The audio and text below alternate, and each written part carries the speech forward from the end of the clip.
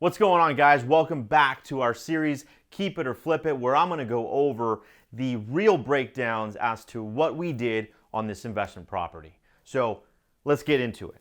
So we purchased this property for $307,000 in March of 2021. Our rehab costs on this property was $43,000 and some change. I think it was like $42K, but we just rounded up. Our all-in price is $350,000 on this investment. So now we're going to go over the breakdown as to what it takes, or kind of what it is going to pay you if you kept it versus flipping it in this current real estate market. So let's get into it. If we keep this house, we're already invested $43,000 in rehab, okay? Our down payment for this property was 20% of 307, roughly about $61,000. So down payment is going to be $61,000, okay? So $61K plus $43,000 in rehab work. Obviously, guys, if you guys do the math, that's $104,000 all in, out-of-pocket expense for you guys to purchase this property with the acquisition cost, the down payment, plus the rehab. So $104,000, okay? Now, you're going to have a cost on this property per month, which is your mortgage. So this mortgage payment's probably going to be about $1,400 to $1,500 per month, because you're 20% down. You're going to get probably a 4% interest rate, maybe 3.5% depending on your credit.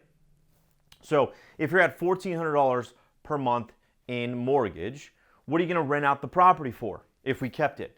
$1,800 to $2,000.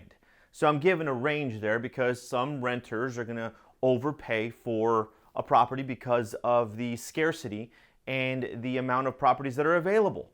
So for $1,800 to $2,000, that's about the current market rent on this property, okay?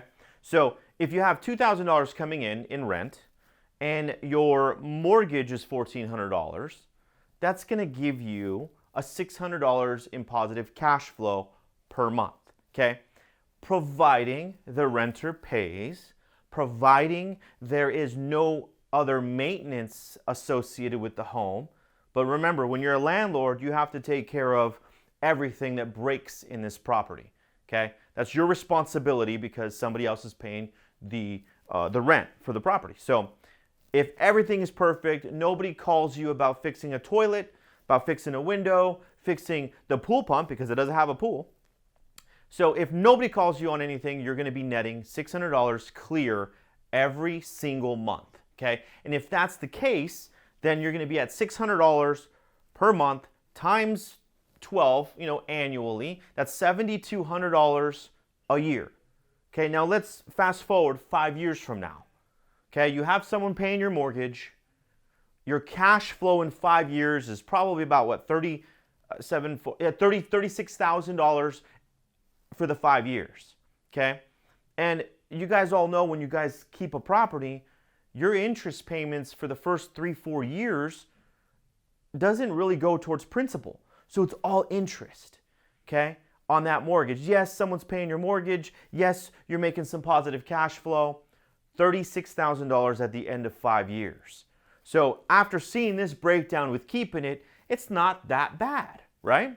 So stay tuned. So we're going to go over the flip it aspect of it in this current market, so then you guys can make that decision if you're going to take the blue pill or the red pill. All right, guys, so you just saw the breakdown on keeping it, which isn't bad, so it's pretty decent as well. But now I want to share with you the breakdown of flipping it.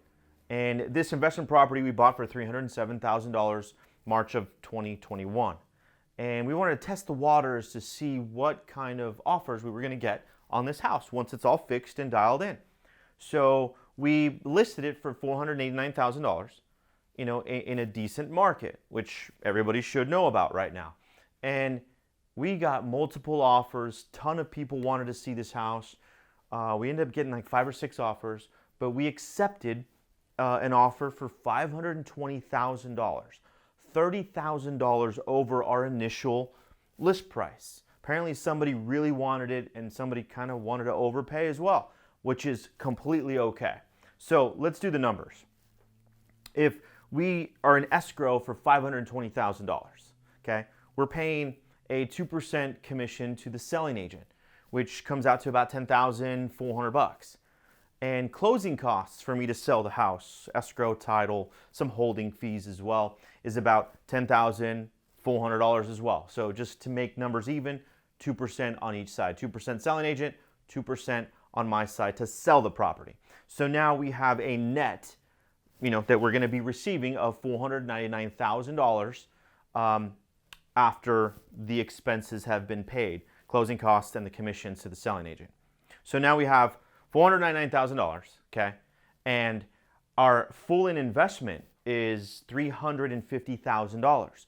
So if you take $350,000 from the $499,000, it's going to give you $149,000 in pure profit after all expenses. Because remember, $43,000 was the rehab, right? $307,000 was the purchase price. This is my all-in price of $350K on this investment property. So if we have $150,000 left over for profit, is that all mine?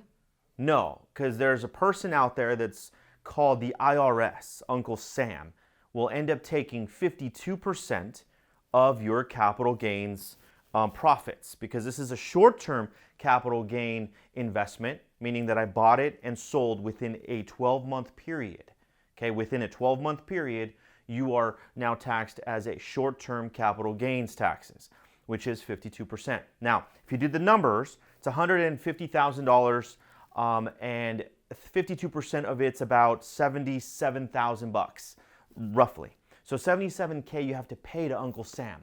So that's going to leave you with $71,000 and some change in pure profit. So $71,000 in pure profit, okay, in 7 months, 6 months. Pretty awesome return. Now, food for thought, for you guys can understand this. If I'm making $71,000 on this investment, now in the keep it category, I was making $35,000 in 5 years of holding it, and that's cash flow.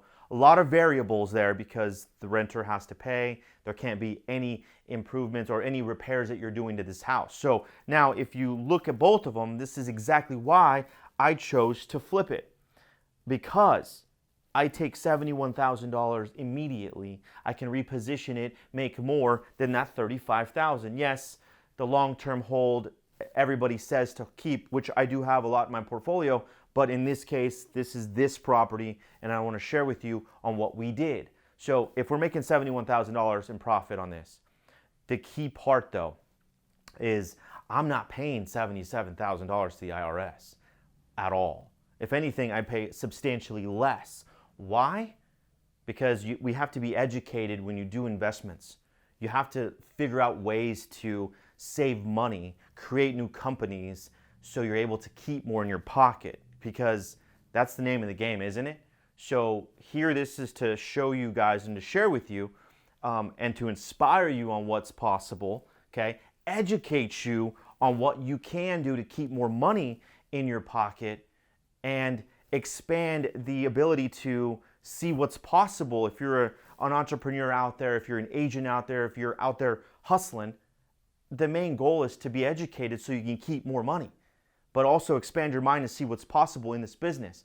So that is our program. Stay tuned, click the link below somewhere else down here, and we're gonna share with you exactly how I keep more money from all of my investments, because that's the name of the game. So guys, the choice is yours. You either take the blue pill or the red pill.